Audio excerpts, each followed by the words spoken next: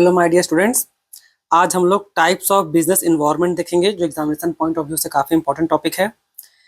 Business environment को हम लोग मेनली दो भाग में बांटते हैं, एक है आपका इंटरनल इन्वायरमेंट और दूसरा एक्सटर्नल। ठीक है, तो चलिए एक एक करके देखते हैं। सबसे पहले देखेंगे हम लोग इंटरनल इन्वायरमेंट।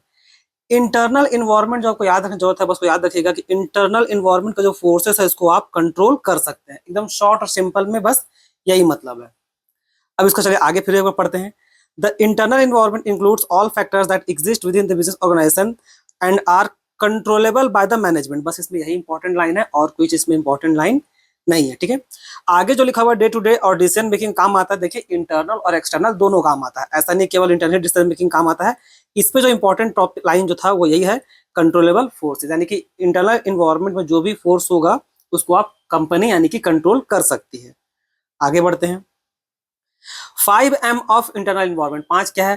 क्या डिटेल में याद करने की जरूरत है? क्या डिटेल में जरूरत है? तो आंसर है नहीं। सिंपली बस वो 5M कौन कौन सा तो जान लीजिए। तो 5M है, पहला है मैन, दूसरा मनी, तीसरा मटेरियल, फिर मशीन और मेथड। ठीक है, ये 5M है। इसको बस आप सिर्फ नाम याद रखिएगा, मैन, मनी, मटेरियल और मशीन, मेथड, यही है। आगे और डिटेल में पढ़ने की जरूरत नहीं है। आ जाइए इधर। Component of internal environment. Internal environment का क्या क्या कंपोनेंट है?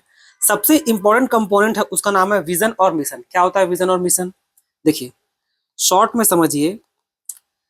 विजन बोलने का मतलब होता है कि एक कंपनी अपने आप को फ्यूचर में कहाँ देखना चाहती है, यानी कि फ्यूचर गोल। जैसे कोई कोई पूछता है ना कि एग्जाम में क्या आप 5 साल बाद अपने आप को कहाँ देखना चाहते हैं, इंटरव्यू में खासकर जो पूछा जाता है। तो विजन का मतलब यही है कि आप अपने आप को फ्यूचर पोजीशन में कहाँ देखना चाहते हैं, फ्यूचर गोल क्या है, किस जगह पे अपने आप को देखना चाहते हैं, उसको बोलते हैं विजन। मिशन किसको बोलते हैं? मिशन बोलने का मतलब हो गया कि ये जो फ्यूचर पोजीशन जो आप डिसाइड किए हैं, आप अपने आप को फ्यूचर वहां देखना चाहते हैं, तो कौन सा ट्रैक पे चलिएगा कि आप इस फ्यूचर गोल पे पहुंच जाइए, उसी को बुलाता है क्या? मिशन। आई होप अब आपको क्लियर हो गया होगा। सिंपल शब्दों में विजन बोलने का मतलब क्या हुआ कि आप अपने आप को फ्यूचर में कहाँ देखना चाहते हैं। मिशन बोलने का मतलब हो गया कि आप जिस जगह पे अपने आप को देखना चाहते हैं वहां पर आप कैसे पहुंचिएगा। ठीक है, आगे बढ़ते हैं। ऑर्गेनाइजेशनल स्ट्रक्चर, ये आप पहले भी पढ़े होंगे क्लास 11 12 में। यहाँ पर फंक्शनल स्ट्रक्चर, डिविजनल स्ट्रक्चर, जो अलग अलग स्ट्रक्चर होता है उसको, जहाँ पर अलग अलग डिफाइन करते हैं रोल्स को, रिस्पॉन्सिबिलिटी और अथॉरिटी लेवल्स को। ठीक है, इंप्लॉय और ह्यूमन रिसोर्सेज, इसको बताने की जरूरत नहीं है। कंपनी कल्चर, हर कंपनी का एक अपना कल्चर होता है। ठीक, कल्चर होता है, उसका अपना एक वैल्यू, बिलीफ्स, अलग अलग प्रैक्टिस होता है। ठीक है, कंपनी का अलग अलग पॉलिसी, जहां पर गाइडलाइन, रूल्स, ये सब आता है। रिसोर्सेस, रिसोर्सेस में हर कंपनी के पास अपना फाइनेंस, टेक्नोलॉजी, रॉ मटेरियल, ये सब होता है। तो ये सब है आपका कंपोनेंट ऑफ इंटरनल इन्वायरमेंट। ठीक है, अब आगे देखते हैं। अब इंटरनल और इन्वायरमेंट के बारे में बताएं कि उसको आप कंट्रोल कर सकते हैं। ठीक, कैसे कंट्रोल कर सकते हैं? स्ट्रेटेजिक प्लानिंग और लीडरशिप के द्वारा। और वैसे बिना प्लानिंग और लीडरशिप का आप कोई भी चीज कंट्रोल नहीं कर सकते। इनफैक्ट आप अपना प्लान जो बनाए उसको भी कैरी आउट नहीं कर पाइएगा अगर अच्छा से एक प्लान, एक अच्छा एक लीडर ना हो तो। ठीक है, अब आगे देखते हैं। अब है आगे आपका एक्सटर्नल इन्वायरमेंट। एक्सटर्नल इन्वायरमेंट का वो फोर्सेस जिसको आप कंट्रोल नहीं कर सकते उसको बुलाता है क्या? External environment. अब एक्सटर्नल इन्वायरमेंट जो आपको एग्जामिनेशन के लिए बहुत इंपॉर्टेंट है, उसको दो भाग में बांटा जाता है। एक है माइक्रो इन्वायरमेंट और दूसरा है आपका मैक्रो इन्वायरमेंट। ठीक है, माइक्रो इन्वायरमेंट का और भी कुछ कुछ नाम है, जैसे ऑपरेटिंग इन्वायरमेंट और task environment. Same likewise macro का भी अलग नाम है, जनरल इन्वायरमेंट और रिमोट इन्वायरमेंट। ठीक है, अब एक एक करके चलिए देखते हैं। सबसे पहले हम लोग देखेंगे माइक्रो इन्वायरमेंट। ठीक है, ये सब हिंदी में लिखा हुआ है। अब माइक्रो इन्वायरमेंट का मतलब समझिए। माइक्रो इन्वायरमेंट वो इन्वायरमेंट जो आपका एक स्पेसिफिक फर्म को अफेक्ट करता है। इस पे जो भी फोर्सेस है ये पूरा बिजनेस इंडस्ट्री को अफेक्ट नहीं करेगा, ये आपका एकदम किसी एक बिजनेस को अफेक्ट करेगा, समझ लीजिए। यानी किसी एक बिजनेस को अफेक्ट करेगा, जिस जो भी कंपनी का बिजनेस है उसका स्पेसिफिक उसी को अफेक्ट करेगा, उसका पॉलिसी होगा। तो देखिए अब आगे देखिए की फीचर्स में क्या लिखा हुआ है। It does not affect whole industry. Micro environment आपका पूरा इंडस्ट्री को अफेक्ट नहीं करेगा। जो कंपनी जैसा रूल रेगुलेशन पॉलिसी बनाएगी वो केवल उसी को ही अफेक्ट करता है। ठीक है, it can be control up to some extent. देखिए जनरली बोला जाता है कि एक्सटर्नल इन्वायरमेंट को कंट्रोल नहीं कर सकते, जैसे यहाँ पर था आपका ये एक्सटर्नल इन्वायरमेंट को हम लोग कंट्रोल नहीं कर सकते। और उसी का पार्ट है आपका माइक्रो और मैक्रो। तो फिर भी माना जाता है कि एक सम एक्सटेंट तक, एक लिमिटेड तक आप माइक्रो इन्वायरमेंट का को कंट्रोल कर सकते हैं, माइक्रो इन्वायरमेंट को, ठीक है। ये आपका स्टेक होल्डर इसी में आता है, और शॉर्ट फॉर्म में क्या लिखते हैं हम लोग, कॉस्मिक। अब कॉस्मिक का देखिए, देखते हैं। कॉस्मिक है शॉर्ट फॉर्म माइक्रो इन्वायरमेंट को याद करने के लिए, इसका ट्रिक है, ये जनरली एक्सेप्टेड ट्रिक है, ठीक है, जहां सब जगह ये लिखा जाता है कॉस्मिक। सी से क्या हो गया, कस्टमर। कस्टमर क्या होता है ये बताने की जरूरत नहीं है, ऑब्वियस है, जो सामान खरीदेगा उसी को हम लोग बोलते हैं कस्टमर। ऑर्गेनाइजेशन और कंपनी, इसमें आपका अलग अलग departments, management, top level, middle level, lower level, research and development, ये सब डिपार्टमेंट, अलग अलग मार्केटिंग डिपार्टमेंट ऑर्गेनाइजेशन और कंपनी में ही आता है। तो सी और ओ हो गया। अब कॉस्मिक का सी ओ के बाद एस, तो एस देखिए, एस मतलब सप्लायर, जिसको हम लोग क्या बोलते हैं, क्रेडिटर। क्रेडिटर आपको पता है क्या होता है, जो सामान क्रेडिट में सेल करे उसको क्या बोलते हैं हम लोग, क्रेडिटर। क्रेडिटर बोलने के लिए सामान किस में सेल होना चाहिए, क्रेडिट में, यानी कि उधारी में, ठीक है। फिर उसके बाद आगे एम, यानी कि मार्केट। ऐसा मार्केट समझिए पब्लिक। यहाँ पर क्या होता है, यहाँ पर आप सामान बेचते हैं, जहाँ पर पब्लिक लोग एक्चुअली इंटरेस्ट दिखाता है सामान खरीदने बेचने के लिए। फिर है इंटरमीडियरीज। इंटरमीडियरीज में आपका एजेंट, होलसेलर, रिटेलर, ये सब क्या है, सप्लाई चेन का part, distribution and selling. Intermediaries बोलने का मतलब क्या है, supply chain. I hope supply chain आपको पता होगा।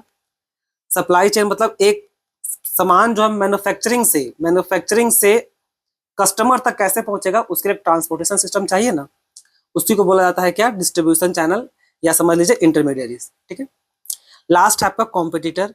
कॉम्पिटिटर कौन हो गया, जो आप ही का जैसा सेम बिजनेस कर रहा हो, जैसे पेप्सी का कॉम्पिटिटर कौन है, कोको कोला, ठीक है। तो ये हो गया आप हम लोग का माइक्रो इन्वायरमेंट खत्म। अब आ जाइए मैक्रो इन्वायरमेंट का। तो मैक्रो इन्वायरमेंट का ये वाला ना देख करके आप ये वाला देखिए, इसमें आपको ज्यादा क्लैरिटी मिलेगा।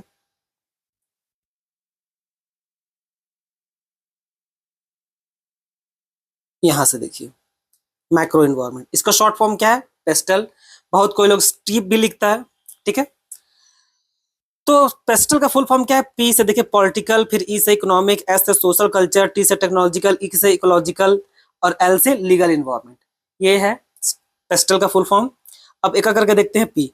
अब मैक्रो इन्वायरमेंट का अगर बारे में जानना हो तो सिंपल सा है कि आपका क्या, ये आप इसको आप कंट्रोल नहीं कर सकते, और ये जो है आपको पूरा इंडस्ट्री को अफेक्ट करता है।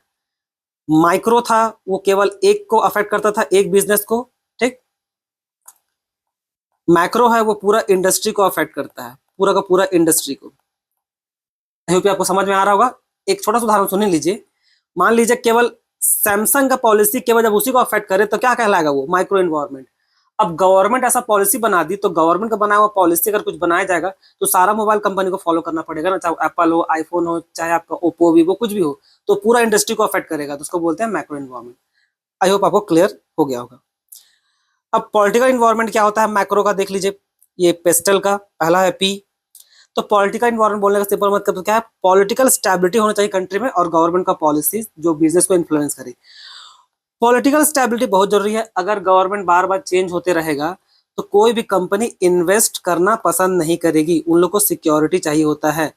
यही कारण है बच्चों कि चाइना के पास जाना सबको ज्यादा पसंद करता है, ना कि इंडिया के पास, क्योंकि चाइना में डिक्टेटरशिप है, ज्यादा बोलिएगा तो सीधा गोली मार देगा टाइप का लॉजिक है। इंडिया में दुनिया भर का नौटंकी है। तो इसीलिए कंपनी लोग वहां पर इन्वेस्ट करना पसंद करेगी जहां पर पॉलिटिकल स्टेबिलिटी हो।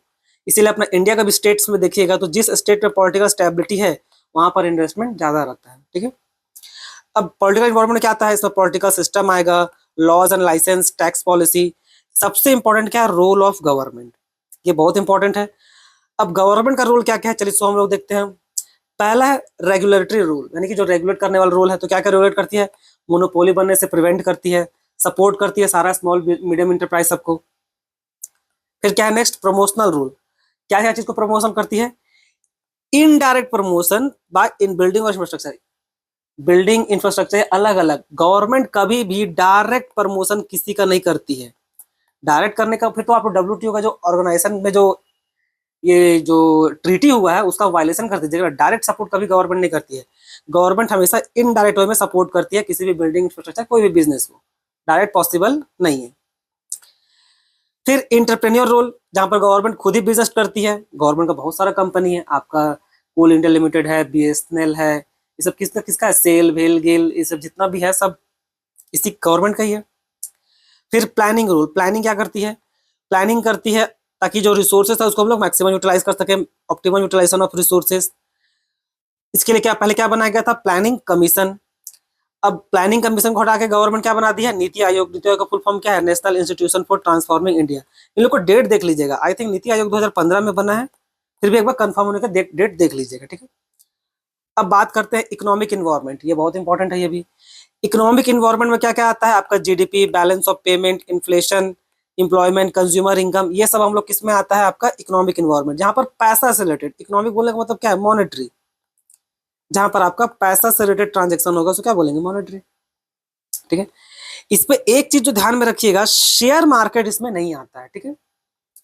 आगे आ जाइए, सोशियो कल्चर इन्वायरमेंट। अलग अलग सोशल और हर उसका अपना कल्चर होता है, उसमें आपका आता है वैल्यू, बिलीफ, एटीट्यूड, कस्टम, ये सब। एग्जाम्पल में देखिए, tradition and festival, education level, lifestyle, family structure, ये सब अलग अलग सोशल और कल्चर का डिपेंड करता है। देखिए, आदिवासी लोग का अपना कल्चर है तो भाई वो लोग अपना अपना तरीका ड्रेस पहनता है।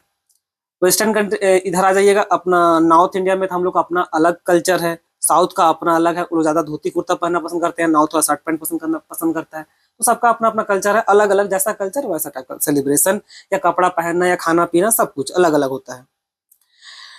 टेक्नोलॉजिकल इन्वायरमेंट में याद रखिएगा, सिर्फ केवल दो चीज आपको याद रखना है कि किस तरह का टेक्नोलॉजी इस्तेमाल करता है अलग अलग कंट्री। तो मेनली दो प्रकार का है, एक है कैपिटल इंटेंसिव, आई होप पहले आप पढ़े होंगे।